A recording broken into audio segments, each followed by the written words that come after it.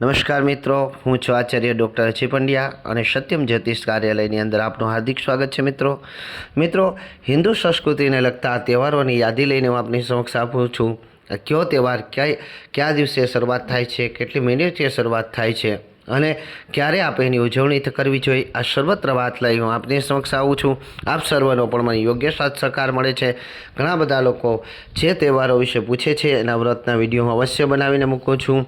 આજે જયા પાર્વતી વ્રતનો પ્રારંભ ક્યારથી થઈ રહ્યો છે અને જયા પાર્વતીની ઉજવણી ક્યારથી કરવી જોઈએ, ગુરુ પૂર્ણિમા ક્યારે છે, એ સર્વત્ર વાત લઈને હું આપની સમક્ષ આવ્યો છું. મિત્રો, જો કે ગુરુ પૂર્ણિમા વિશે ગુરુનું મહત્ત્વ સમજાવતો વિડીયો હું અલગથી બનાવીશ, પરંતુ અહીંયા જયા પાર્વતીની શુભ શરૂઆત અષાઢ સુદ 13 શુક્રવાર તારીખ 19/7/2024ના રોજથી થાય છે અને 5 દિવસ સુધી બહેનો આ વ્રત કરે છે. અખંડ સૌભાગ્યને પ્રાપ્ત કરવા માટે ભગવાન શિવ અને પાર્વતીની પૂજા કરવા માટે જાય છે. 16 શણગાર સજી ભગવાન ભોલેનાથના મંદિરે તન મન ધનથી શિવજીને રીઝવવાનો પ્રયત્ન કરે છે અને સારા વરની કામના કરે છે.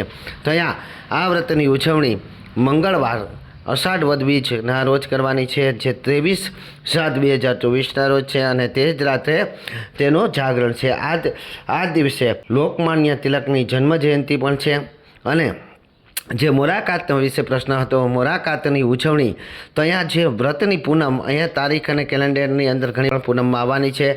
તો પૂનમ, જે વ્રત રહેવાની પૂનમ જે છે, જે લોકો વ્રત રહી છે માત્ર તે લોકો, એટલે કે 20 તારીખ અને શનિવારે કરે તો ચાલે, પરંતુ જે મોરાકાતની ઉજવણી છે તે રવિવારે અને 21 તારીખે જ કરવાની છે. રવિવારને 21 તારીખે જ ગૌરી વ્રતનું જાગરણ છે, એટલે એની પણ ખાસ નોંધ રહેજો. અને ગુરુ પૂર્ણિમાની ઉજવણી પણ આ જ દિવસે કરવાની છે. ગુરુ પૂર્ણિમા વિશે ગુરુનું મહત્ત્વ સમજાવતો એક વિડીયો હું અલગથી રજૂ કરીશ.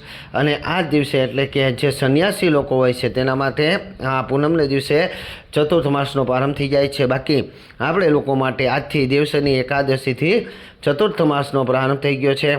એટલે જયા પાર્વતીની શુભ શરૂઆત જે 13થી લઈને અષાઢ વદ બીજ સુધી છે.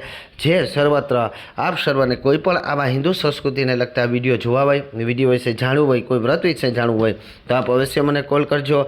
મારી યુટ્યુબ ચેનલ ડૉક્ટર અજય પંડ્યાને જો આપણે સબસ્ક્રાઈબ ન કરી હોય તો સબસ્ક્રાઈબ કરી લેજો અને બેલ આઇકનનું બટન દબાવી દેજો. અને સાથે સાથે, એટલે કે આપણા મનની અંદર કોઈ પણ પ્રશ્ન હોય તો અવશ્ય મને વોટ્સઅપ નંબર 967816 ઉપર આપનું નામ અને નંબર લખી અને આપણો પ્રશ્ન લખીને મોકલો, જેનો જવાબ હું અવશ્ય સમય મળી આપીશ. જય મહાદેવ, જય શ્રી કૃષ્ણ. આપ સર્વનું કલ્યાણ થાઓ.